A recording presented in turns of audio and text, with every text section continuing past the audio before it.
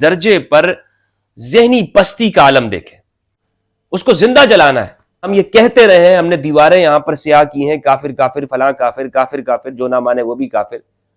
بسم اللہ والصلاة والسلام علی رسول اللہ وآلہ ومن والاه۔ السلام علیکم ورحمۃ اللہ وبرکاتہ۔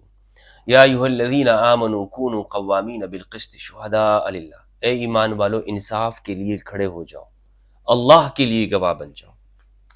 قرآن مجید میں اللہ سبحانہ وتعالیٰ نے ہمیں یہ حکم دیا کہ ہم اللہ کے لیے گواہی دیں، خواہ وہ گواہی ہمارے اپنے خلاف کیوں نہ ہو، ہمارے رشتہ داروں کے خلاف کیوں نہ ہو، ہمارے والدین کے خلاف ہی کیوں نہ ہو، لیکن حق سچ کی بات ہونی چاہیے۔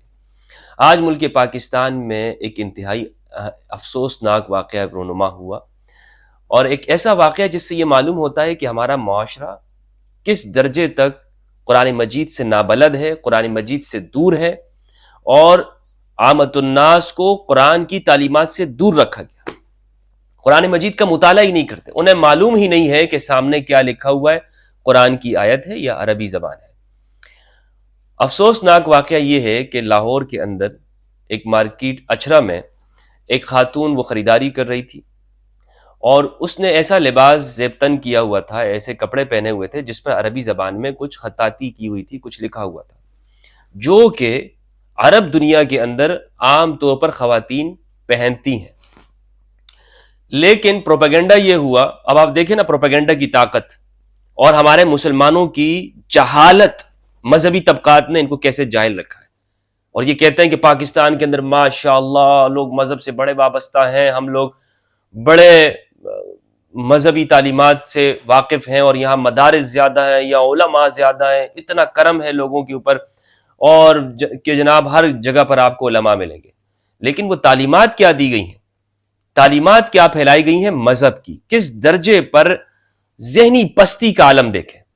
اس خاتون پر یہ الزام لگایا گیا جب لوگوں نے دیکھا کہ عربی لکھی ہوئی ہے کپڑوں پر، تو یہ پروپیگنڈا ہو گیا کہ جناب اس خاتون نے قرآن مجید کی توہین کر دی۔ کیوں؟ یہ ایسے کپڑے پہنے ہوئے جس پر قرآن مجید کی آیات لکھی ہوئی ہیں۔ مشہور ہو گیا اور لوگ جمع ہوئے اور اس خاتون کی جان کے در پہ ہو گئے۔ قریب تھا کہ اس خاتون کو زندہ جلا دیا جاتا۔ پولیس انسپیکٹر کا جو بیان سامنے آیا ہے، بی بی سی کو انہوں نے انٹرویو دیا ہے، لیڈی پولیس انسپیکٹر جو شہر بانو تھی، انہوں نے بروقت ایکشن لیا، اور ان کی جرات کو میں داد دیتا ہوں کہ انہوں نے اپنی جان پر کھیل کر اس خاتون کو مذہبی درندوں سے بچا لیا، ان لوگوں کے ہاتھ سے بچا لیا کہ جو مذہب کے محافظ بننا چاہتے تھے۔ اور محترمہ شہربانو صاحبہ، ان کا کہنا یہ ہے کہ ایک شخص کو گرفتار بھی کیا ہے جس کے پاس اسلحہ بھی برآمد ہوا، اور وہ یہ کہہ رہی ہیں کہ اتنا فاصلہ نہیں تھا، لیکن چونکہ ایسے موقع پر بہت خطرہ ہوتا ہے، بہت پریشر ہوتا ہے، تو وہ تھوڑا سا رستہ ان کے لیے ایک بہت بڑا ان کے لیے بن گیا۔ لیکن شہر بانو صاحبہ نے اس خاتون کو بالآخر وہاں ان کے چنگل سے نکال لیا۔ اب آپ غور کریں کہ اس خاتون نے جو لباس پہنا وہ اس کے اوپر لکھا کیا ہوا ہے عربی زبان میں۔ عربی زبان میں لکھا ہوا ہے حیات حلوہ، زندگی خوبصورت ہے، اس طرح کے جملے لکھے ہوئے ہیں۔ اس پر کوئی قرآن کی آیت نہیں لکھی ہوئی، کوئی حدیث نہیں لکھی ہوئی، لیکن لوگوں نے یہ سمجھ لیا کہ بھائی یہ تو قرآن کی آیت لکھی ہوئی ہے۔ اور پھر وہ لیڈی انسپیکٹر یہ بات کہہ رہی ہیں کہ کسی نے بھی یہ تحقیق کرنے کی کوشش نہیں کی کہ اس خاتون سے پوچھ لیں کہ آپ نے کپڑوں کے اوپر کیا لکھا ہوا ہے، آپ کے کپڑوں کے اوپر کیا عربی عبارت موجود ہے، اس کا مطلب کیا ہے۔ کسی نے نہیں پوچھا۔ ماشاءاللہ بڑی داڑھیوں والے ہیں اور دوسرے لوگ وہاں پہ کھڑے ہوئے ہیں، خود کو مسلمان کہہ رہے ہیں، لیکن وہ اس خاتون سے پوچھنے کے لیے تیار نہیں، بس مارنا ہے اس کو زندہ جلانا ہے، اس کو زندہ گاڑ دینا ہے اس خاتون کو۔ کیوں؟ اس لیے کہ یہ ان کو جو مذہب کی تعلیمات دی گئی ہیں اس میں یہی ہے کہ دوسروں کو مار دو، فتویٰ لگاؤ، مخالفت کرو اور مار دو دوسرے کو۔ یہی ہوتا آ رہا ہے، یہی ہم نے اپنے لوگوں کو سکھایا ہے۔ تو ایک تو یہ بات معلوم ہوئی اس واقعے سے، اللہ کا لاکھ لاکھ شکر ہے کہ کوئی افسوسناک واقعہ سر انجام نہیں ہوا، ورنہ یہاں پر سیالکوٹ کے اندر جو کچھ ہوا فیکٹری مینیجر کے ساتھ جو سری لنکا کے تھے، اس کے بیچارے کے ساتھ کیا ہوا، زندہ جلا دیا، تیلی لگا دی، اس کو جلا دیا اسے۔ اللہ اکبر! انسانیت شرما جاتی ہے یہاں ہمارے ملک میں جو مذہب کے نام پر یہ مذہبی طبقات کرتے ہیں۔ اب کہا جائے گا کہ بھائی اس میں مذہب کے ماننے والوں کو کیا قصور ہے؟ وہاں پہ تو ایک مولوی صاحب بھی بر وقت پہنچے، انہوں نے بھی لوگوں کو کہا کہ آپ ایسا نہ کریں اور بچا لیا۔ بالکل اب عقل آ رہی ہے لوگوں میں، کیونکہ ان کو پتہ ہے کہ اگر ہم نے جو پہلے آگ لگائی ہے دوسروں کو کافر قرار دے کر مذہب کی بنیاد پہ، مسلک کی بنیاد پہ، فرقوں میں، اور ہم یہ کہتے رہے ہیں، ہم نے دیواریں یہاں پر سیاہ کی ہیں کافر کافر فلاں کافر کافر کافر، جو نہ مانے وہ بھی کافر، اس کا نتیجہ ان کو نظر آیا ہے کہ لوگ مذہب کی تعلیمات سے دور ہوئے ہیں، لوگوں نے ان کو مذہبی طبقات کو ریجیکٹ کرنا شروع کیا ہے۔ تو اب چونکہ یہ اپنی بربادی دیکھ رہے ہیں، ان کو نظر آ رہا ہے کہ ہمارے جو اعمال کی سزا ہمیں مل رہی ہے، تو اس کے پیچھے ان کو غور کرنا چاہیے۔ اب یہ ساری صورتحال ہمارے سامنے ہے، اس سے ہمیں جو بات معلوم ہوتی ہے، پہلی بات تو یہ سامنے آئی کہ عامت الناس قرآن مجید سے واقف نہیں ہے، وہ عربی کے اندر فرق نہیں کر سکتے اور قرآن کی آیت میں فرق نہیں کر سکتے۔ یہ شعور ان کو کون دے گا؟ یہ شعور پہنچانے کس کی ذمہ داری ہے؟ کس کا فرض ہے کہ وہ لوگوں کو یہ بات بتائے کہ مذہب مارنے کا نام نہیں ہے، جنت دوسروں کو مار کر ہی آپ کو نہیں ملے گی، دوسروں کی خدمت کر کے بھی مل سکتی ہے۔ لیکن ہم نے قرآن سے دور رکھا۔ آپ قرآن کو پڑھنا آپ خود نہ پڑھیں، قرآن کا مطالعہ خود نہ کریں، گمراہ ہو جاؤ گے۔ تو قرآن کا ترجمہ اگر خود پڑھو گے گمراہ ہو جاؤ گے، تو پھر یہی حشر ہوگا، اسی طرح کی یوتھ سامنے آئے گی، اسی طرح کے لوگ سامنے آئیں گے جو دوسروں کو زندہ جلانے کے پیچھے پڑ جائیں گے۔